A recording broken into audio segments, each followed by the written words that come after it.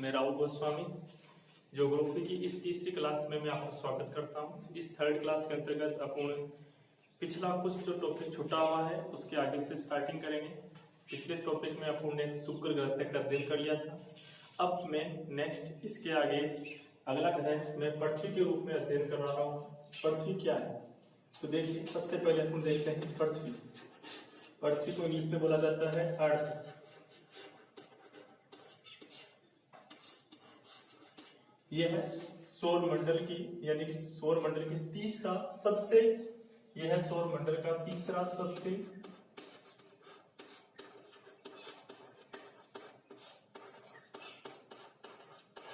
तीसरा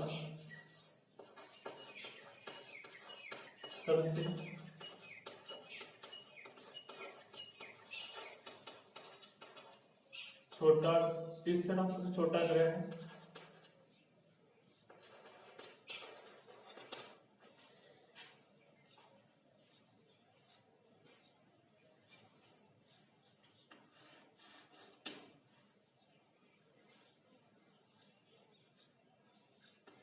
इस ग्रह को नीला ग्रह भी कहा जाता है।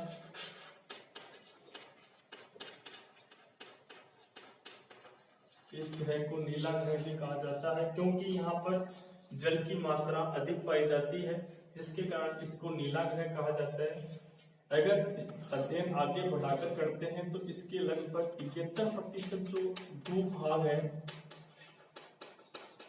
वहां जल और 32% भूभाग स्थल के अंतर्गत आता है। 71% भाग आपका जो आपका भाग है वो आपका जल मंडल के अंतर्गत आता है। 29% वो भाग है वो आपका स्थल मंडल यानी कि कॉन्टिनेंट के रूप में सम्मिलित किया जाता है। देखिए, यानी कि अपन आगे अध्ययन करते हैं तो इसके अंतर्गत देखिए कि इस ग्रह को सूर्य की एक परिक्रमा पूरी करने में 365 सही 1/4 दिन का समय लगता है। तो देखिए, दो प्रकार की गतियां मानी गई है। एक तो आपके पास में ये आपकी जो गति है वो है परिक्रमण, एक दूसरी गति होती है वो परिभ्रमण। देखिए, दोनों गतियों में क्या डिफरेंट है, भिन्नता क्या है। परिक्रमण का मतलब ये हो गया कि जब पृथ्वी सूर्य के चारों ओर परिक्रमा करेगी तो उसे तो बोल देंगे अपन परिक्रमण गति। और दूसरा आपके पास में आया है परिभ्रमण गति। परिभ्रमण गति का मतलब होता है जब पृथ्वी अपने ही अक्ष पर, जैसे ये इसका अक्ष है और इस अक्ष के चारों ओर इस तरीके से जब पृथ्वी अपने चारों ओर परिक्रमा करेगी तो इसे अपन बोलेंगे परिभ्रमण गति। दोनों ही गतियां डिफरेंट होती है। इससे आपके पास में ऋतु परिवर्तन होता है, परिक्रमण गति से ऋतु परिवर्तन होता है और दिन रात छोटे बड़े होते हैं, जबकि परिभ्रमण गति से आपके पास में दिन रात बनते हैं, केवल दिन रात बनते हैं इस गति के द्वारा। देखिए, आगे स्टडी करते हैं तो इसका एकमात्र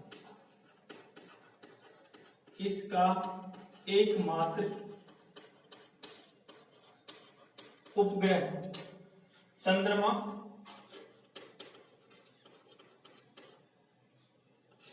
अथवा मून है,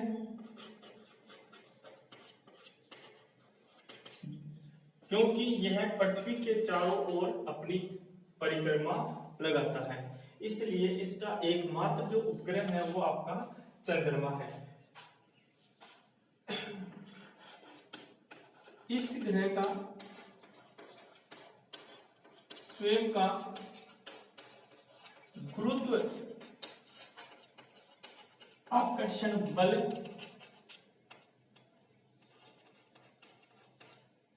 होता है। यह है आकर्षण बल।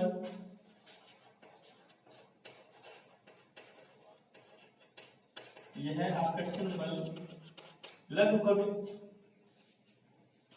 आकर्षण बल लगभग 9.8 मीटर प्रति सेकंड माना गया है। 9.8 मीटर प्रति सेकंड, 9.8 मीटर प्रति सेकंड माना गया है। देखिए नेक्स्ट आपके पास में जो ग्रह बात मैंने स्टडी करवाई है वो आपके पास में है पृथ्वी, अर्थ। ये सौर मंडल का तीसरा ग्रह है, सौर मंडल का तीसरा ग्रह है। इस ग्रह को नीला ग्रह भी कहा जाता है। देखिए नीला ग्रह क्यों कहते हैं, क्योंकि इसके 71% भूभाग पर जल है और 29% भूभाग पर स्थल है, इसलिए इसे नीला ग्रह के रूप में जाना जाता है। इसको एक परिक्रमण कार्य पूरा करने में 365 से 1/4 दिन का समय लगता है, जो 1 वर्ष के समान माना गया है, जो 1 वर्ष के समान माना गया है। अब देखिए नेक्स्ट इसकी एक और गति मानी गई है जो अपन जानते हैं परिभ्रमण गति। परिभ्रमण गति के अंतर्गत आपके पास इसको अपने ही अक्ष पर घूमना होता है, जो इसको पूरा करने के लिए इसको लगभग 24 घंटे का समय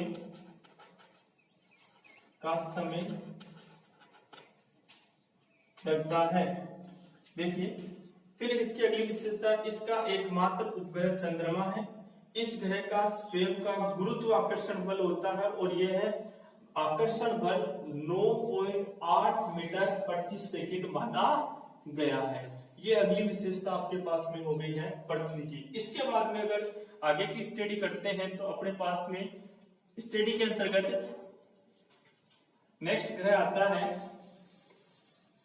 मंगल। नेक्स्ट आपके पास में जो ग्रह है वो है मंगल।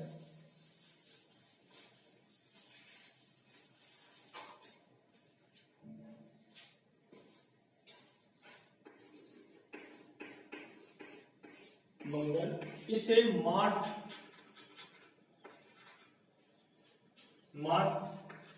यानी कि एक मूवी भी आई है, आपने देखा है मिशन मार्स, उसी के अकॉर्डिंग यानी कि मिशन मार्स यानी कि इसके अंतर्गत अपन मंगल ग्रह का अध्ययन करेंगे।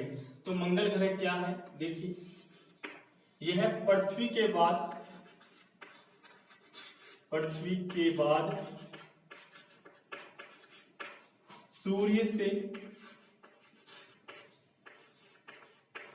चौथे नंबर का ग्रह है।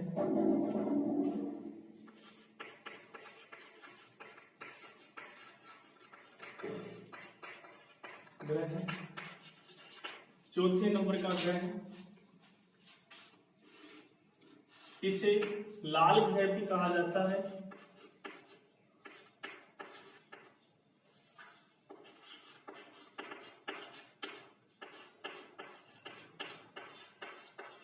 लाल ग्रह भी कहा जाता है।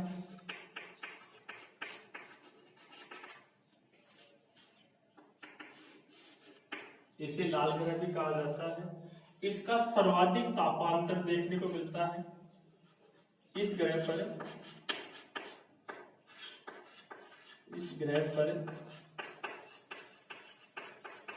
सर्वाधिक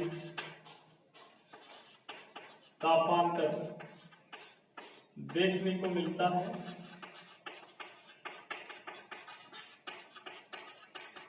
देखिए बेटा दो विशेषता यहाँ पर सामने आ रही है, एक तो बोलते हैं तापमान और एक होता है तापांतर।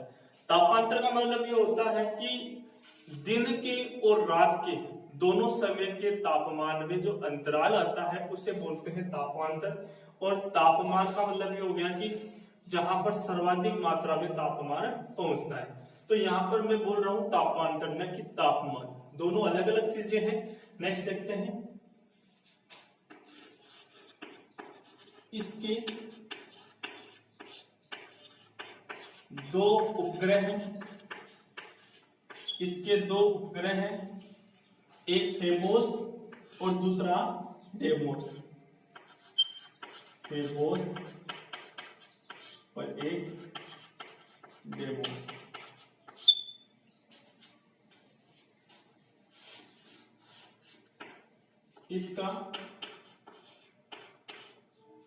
इसकी सबसे ऊंची चोटी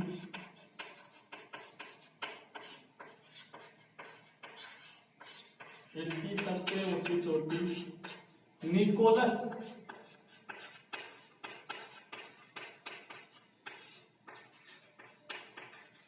ओलंपिया है। इसकी सबसे ऊंची जो चोटी है वो निकोलस ओलंपिया है।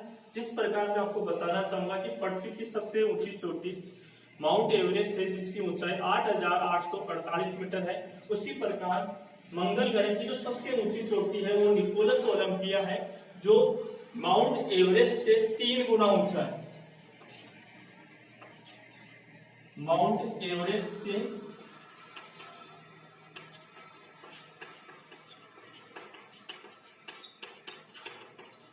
3 गुना ऊंचा है। ये इसकी सबसे बड़ी विशेषता है। नेक्स्ट, इस ग्रह को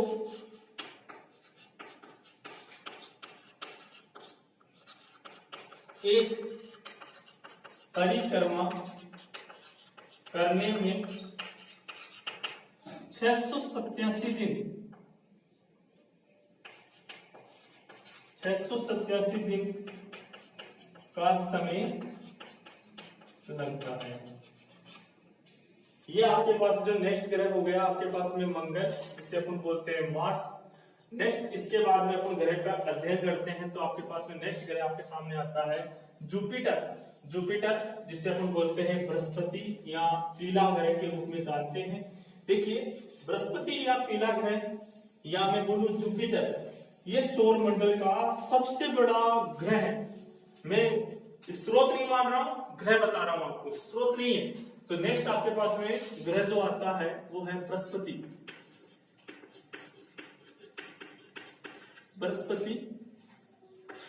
देखिए, जुपिटर,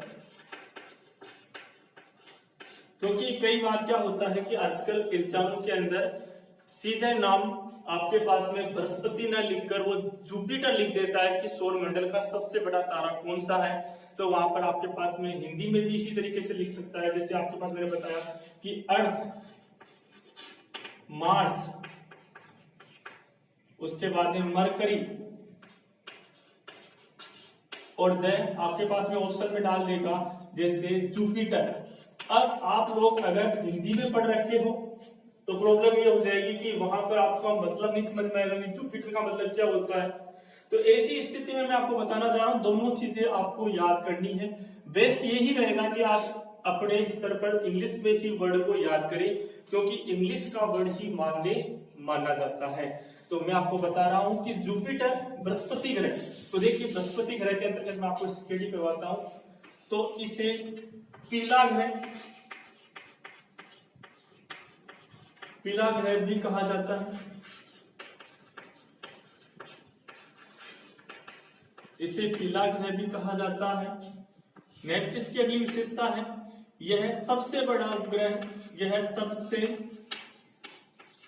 बड़ा ग्रह माना गया है, परंतु ये वेट में सबसे हल्का ग्रह माना जाता है, वेट में, वजन में। नेक्स्ट आपके पास में घनत्व कम होता है इसका। नेक्स्ट अपन देखते हैं इसके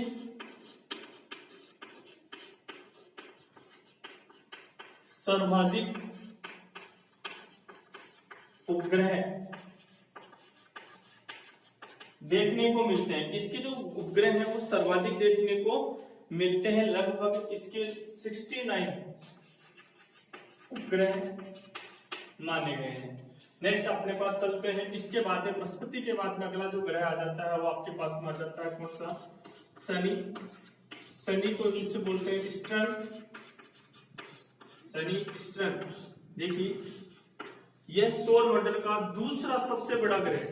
देखो, सौर मंडल का पहला सबसे बड़ा ग्रह माना गया है बृहस्पति, तो दूसरा सबसे बड़ा ग्रह है शनि। सौर मंडल का दूसरा सबसे बड़ा ग्रह। नेक्स्ट इसके चारों ओर वल्ले देखने को मिलती है। इस ग्रह के चारों ओर वल्ले देखने को मिलती है। क्या होती है वल्ले, मैं आपको बताता हूं। वल्ले वो है जैसे कि ये आपके पास में स्ट्रेंथ यानी कि शनि ग्रह है और इसके चारों ओर इस तरीके से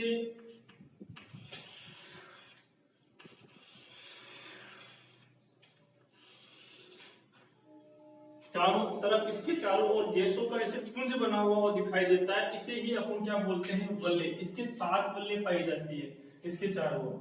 नेक्स्ट विशेषता ये है कि इसके 62 उपग्रह हैं।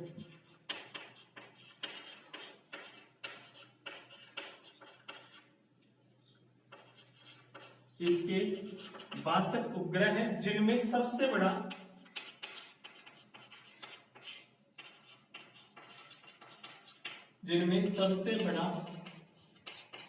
टाइटन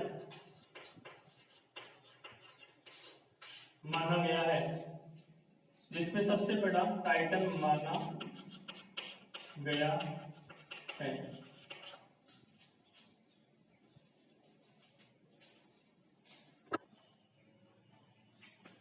देखिए बेटा, इसके 62 उपग्रह हैं जिनमें सबसे बड़ा जो उपग्रह माना गया है वो टाइटन नाम से माना जाता है। देखिए आपके पास 2 उपग्रह ग्रह पढ़ा दिए मैंने, एक तो बृहस्पति और एक शनि। बृहस्पति आपका कंप्लीट हो गया है और बृहस्पति के जो ग्रह हैं, उपग्रह हैं, सैटेलाइट्स हैं, सॉरी यहाँ आपके पास में 67 सैटेलाइट्स हैं। 67 सैटेलाइट्स आपके माने गए हैं। किसके, जो नेचुरल सैटेलाइट्स है वो बृहस्पति के हैं, और जबकि आपके पास में इसके माने गए हैं 62। नेक्स्ट आपके पास में स्टडी करते हैं, तो अगला ग्रह आपके पास में आएगा अरुण।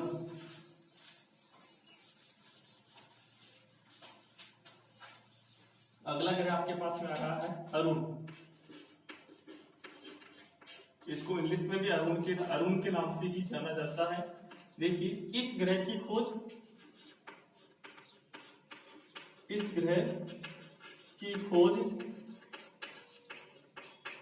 1781 में सर विलियम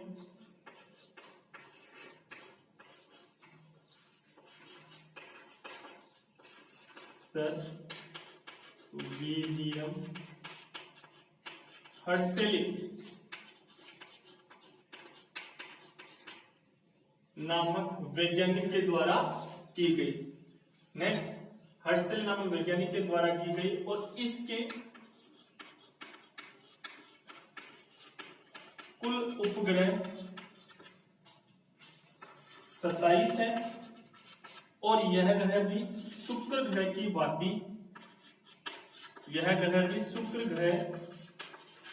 भांति परिक्रमा करता है, जिसके कारण यहां पर भी सूर्य उदय पश्चिम दिशा में होता है और अस्त पूर्व दिशा में होता है। इसके बाद में आपका अगला ग्रह आता है ग्रह आता है वरुण, नेपच्यून। इसको इंग्लिश में बोलते हैं नेपच्यून। देखिए नेपच्यून क्या है, यह भी एक ग्रह है, और इस ग्रह की खोज जर्मनी के खगोल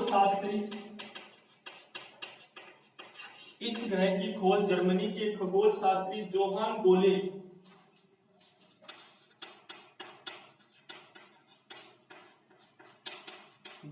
ने की थी। इसके कुल उपग्रह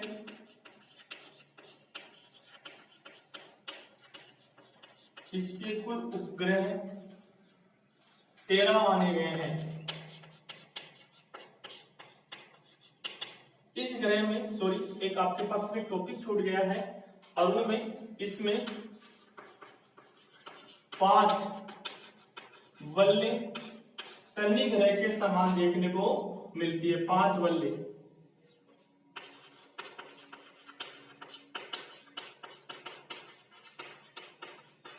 इस प्रकार आपका सोलर सिस्टम में ग्रहों का टॉपिक कंप्लीट होता है। थैंक यू, धन्यवाद।